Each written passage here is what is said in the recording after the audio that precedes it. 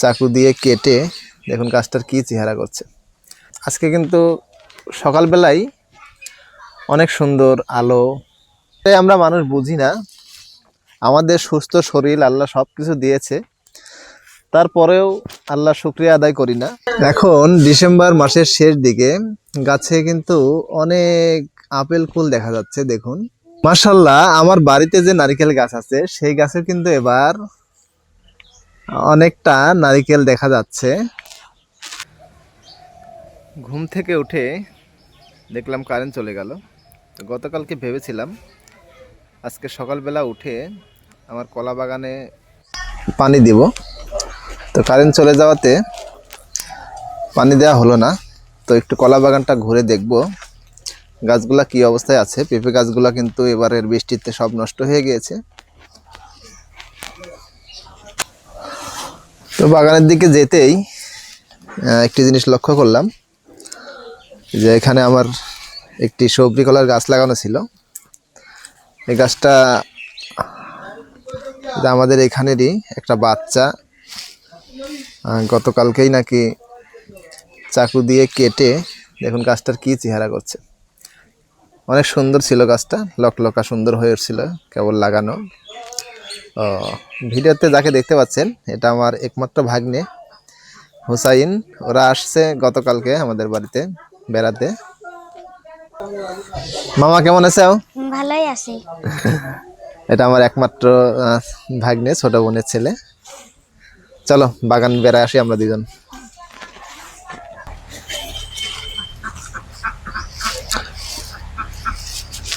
পেঁপে গাছগুলো লাগাইছিলাম আমি সময় ছাড়া। আসলে যে কোনো গাছ সময়ের সাথে সাথে, যে কোনো আবাদ, যে কোনো চাষাবাদ যার যেটা সময় সেই সময় করতে হয়, তাহলে আবাদগুলো ভালো হয়, সুন্দর হয়।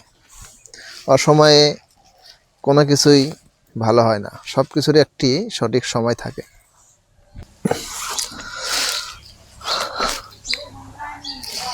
আমার কলা বাগানে পৌঁছে গেছি।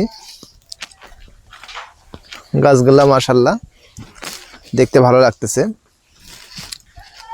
4-5 দিন আগে গাছগুলোতে সার দেওয়া হয়েছে, বিষ দেওয়া হয়েছে, এবং যে কলা গাছের গোড়া থেকে যে সাইড থেকে যে পোয়াগুলো বের হয় সেই পোয়াগুলো কিন্তু ছেটে দেওয়া হয়েছে কলা গাছের গোড়া থেকে।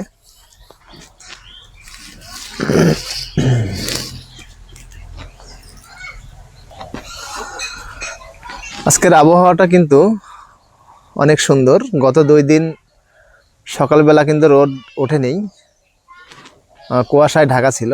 আজকে কিন্তু সকালবেলায় অনেক সুন্দর আলো এবং আবহাওয়াটা অনেক সুন্দর, শীতের আবহাওয়া।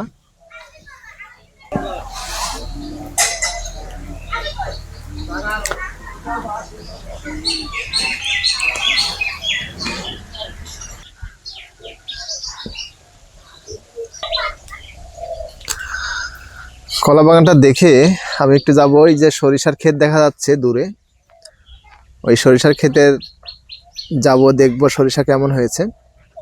আর ওই সরিষার ক্ষেতেও কিন্তু আমি কলা লাগাবো। এই যে সামনে চৈত্র মাস আসতেছে,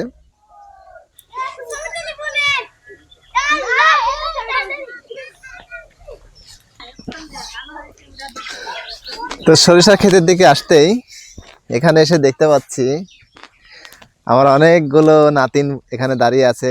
ভাবি, তারপরে ভাইয়ের মেয়ে, আমার ভাস্তে। তো আমি মোবাইল দিয়ে ক্যামেরা ধরতেছি দেখে আমার যে নাতিন গুলা দৌড়ে পালাচ্ছে, ওরা ক্যামেরার সামনে কেউ আসবে না। এই যে তুলিও ছবিতে উঠবে না। দেখুন তুলি হচ্ছে আমার নাতনি। তো তুলি কিন্তু স্বাভাবিক না, একটু অসুস্থ। আর 10 জন সাধারণ মানুষ যেমন চলাফেরা করে, তুলি কিন্তু তেমন চলাফেরা করতে পারে না। তো তুলির জন্য আপনারা দোয়া করবেন, আল্লাহ যেন ওকে ভালো রাখে, সুস্থ রাখে। এটাই আমরা মানুষ বুঝি না, আমাদের সুস্থ শরীর আল্লাহ সব কিছু দিয়েছে, তারপরেও আল্লাহ শুকরিয়া আদায় করি না। আসলে যে অসুস্থ সেই বোঝে যে সুস্থতা যে আল্লাহর কত বড় নিয়ামত। তো কথা বলতে বলতে আমি কিন্তু আমার সরিষার ক্ষেতে চলে এসেছি।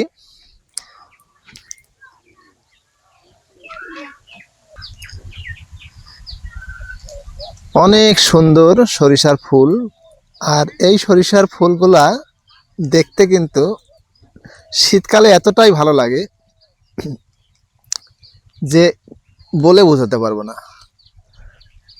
আসলে প্রকৃতির মাঝে যে এত সৌন্দর্য লুকিয়ে আছে, এটা দেখে মন প্রাণ যেন জুড়িয়ে যাচ্ছে। অনেক সুন্দর সরিষার ফুল।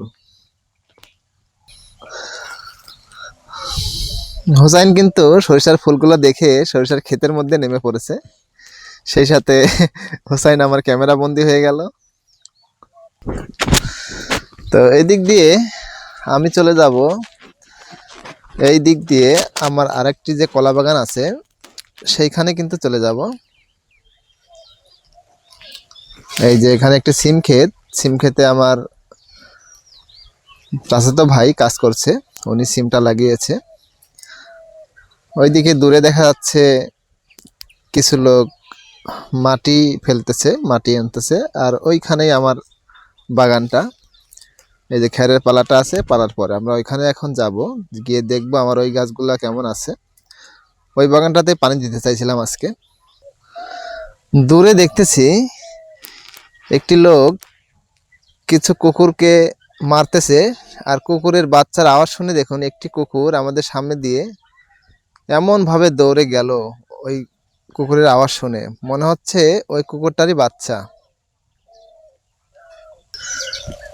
আমরা হেঁটে যাচ্ছি সিম ক্ষেতের আইল দিয়ে, জমির যে আইল আছে। কিছু সিম যদি আমি দেখাই, দেখুন কি সুন্দর ভাবে সিমগুলো ধরে আছে, অনেক সুন্দর সিম।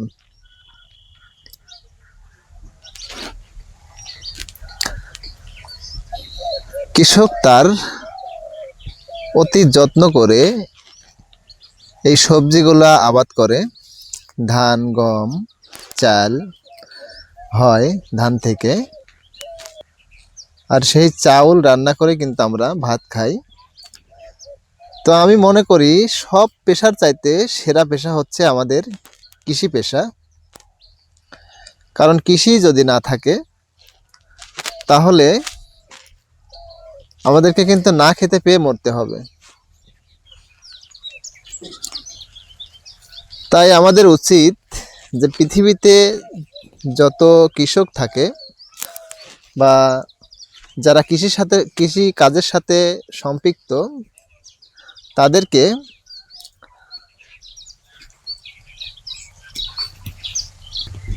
মন থেকে ভালোবাসা। কারণ কৃষি আছে বলেই আমরা কিন্তু খেয়ে পরে বেঁচে আছি। যদিও আমাদের বাংলাদেশের কৃষক তার ফসলের ন্যায্য মূল্য পায় না।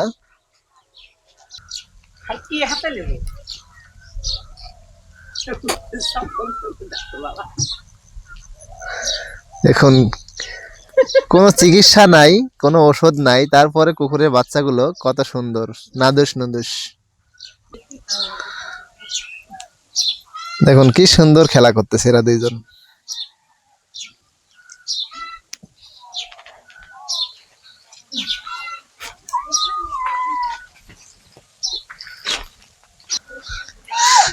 এখানে দুইটা ছাগল ঘাস খাচ্ছে।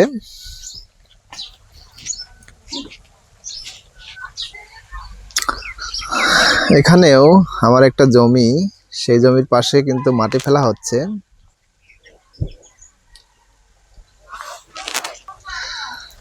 এই যে পাশের জমিটা, এটা আমার পড়ে আছে। হাঁটতে হাঁটতে চলে আসলাম যে বাগানটিতে পানি দিতে চেয়েছিলাম সেই বাগানে।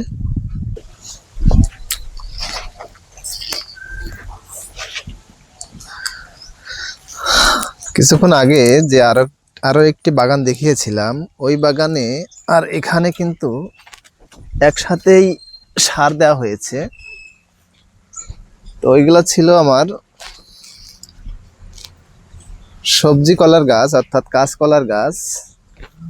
আর এখন যেখানে আছি এটা হলো সবজি কলার গাছ, এটা পাকিয়ে খেতে হবে।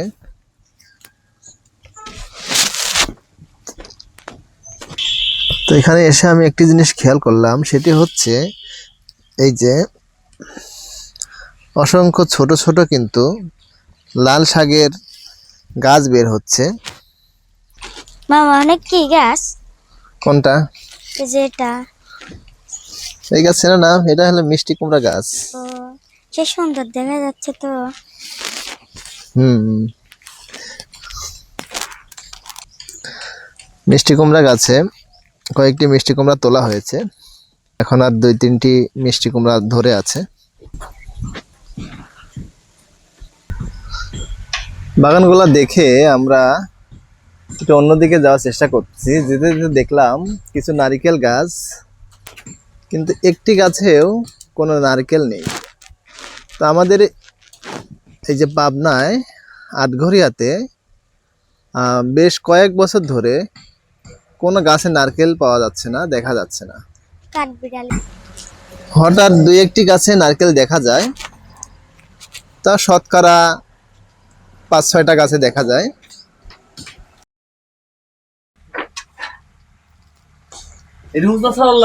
হ্যাঁ,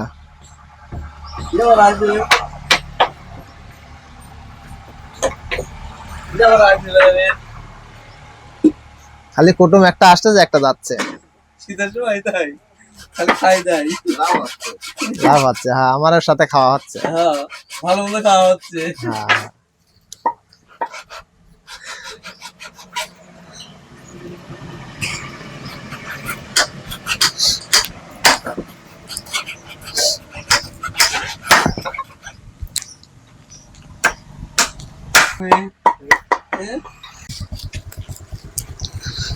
স্যার রিফাত ভাইয়ের সাথে দেখা হয়ে গেল। রিফাত ভাইয়া ঢলেশ্বর যাচ্ছে। ঢলেশ্বর কোথায় যাবে?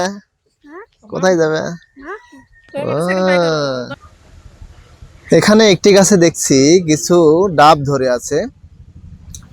তো এই বছর আমার মনে হয় বৃষ্টিটা বেশি হওয়ার কারণে, এবছর কিন্তু সারা বছর প্রচুর বৃষ্টি ছিল, মানে মাটিটা শুকাই নাই।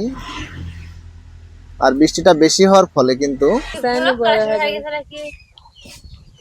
নারকেল গাছ দেখতে দেখতে সাদিক মামার সাথে দেখা হয়ে গেল। দেখুন মুখটা কেমন করে আছে, একটু হাসি নাই।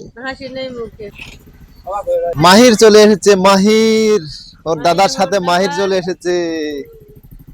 এই যে মাহির, মাহির একটা ঢিসুম মার, ঢিসুম। এখন ডিসেম্বর মাসের শেষ দিকে গাছে কিন্তু অনেক আপেল কুল দেখা যাচ্ছে। দেখুন অনেক বড়ই বা আপেল কুল ধরে আছে গাছগুলোতে। আর এই বড়ইগুলা বাদুর এতটাই খাচ্ছে, এখনই না পাকতেই বাদুর খেয়ে খেয়ে জায়গায় জায়গায় পালা করতেছে বিচিগুলা। এই যে নরসিংদী থেকে আমার আরেকটা নাতি এসেছে, দেখুন ক্যামেরা দেখে পালাচ্ছে, ভিডিও করবে না। দেখুন ক্যামেরার সামনে আসবে না, বেড়াতে আসছে নরসিংদী থেকে। মাশাআল্লাহ, আমার বাড়িতে যে নারকেল গাছ আছে সেই গাছে কিন্তু এবার অনেকটা নারকেল দেখা যাচ্ছে। গত কয়েক বছর কিন্তু এই গাছে কোনো ডাব বা নারকেল ছিল না। যে কথাটি আমি বলছিলাম কিছুক্ষণ আগে, সেটি হচ্ছে এবার বৃষ্টিটা একটু বেশি। আর আমার মনে হয় যে বৃষ্টিটা বেশি হওয়ার কারণে এই বছর বেশ কিছু গাছে ডাব দেখা যাচ্ছে বা নারকেলের যে কড়ি সেগুলো দেখা যাচ্ছে। তো আপনাদের কি মনে হয় সেটা কিন্তু কমেন্টে আমাকে জানাতে পারেন, যে আসলে পাবনা জেলায় বা আমাদের পাবনার আটঘরিয়ায় প্রতিটা গাছে নারকেল না ধরার কারণ কি। অনেকক্ষণ ধরে আমার ভিডিওতে আপনাদেরকে অনেক কিছু দেখানোর চেষ্টা করলাম। ভিডিওটি যদি ভালো লাগে অবশ্যই একটি লাইক দিতে ভুলবেন না। আর আমার চ্যানেলের ভিডিওগুলো যদি আপনাদের দেখতে ইচ্ছে হয় অবশ্যই সাবস্ক্রাইব করে আমার চ্যানেলের সাথে থাকুন। আজকের মতো এখানেই বিদায় নিচ্ছি। আল্লাহ হাফেজ।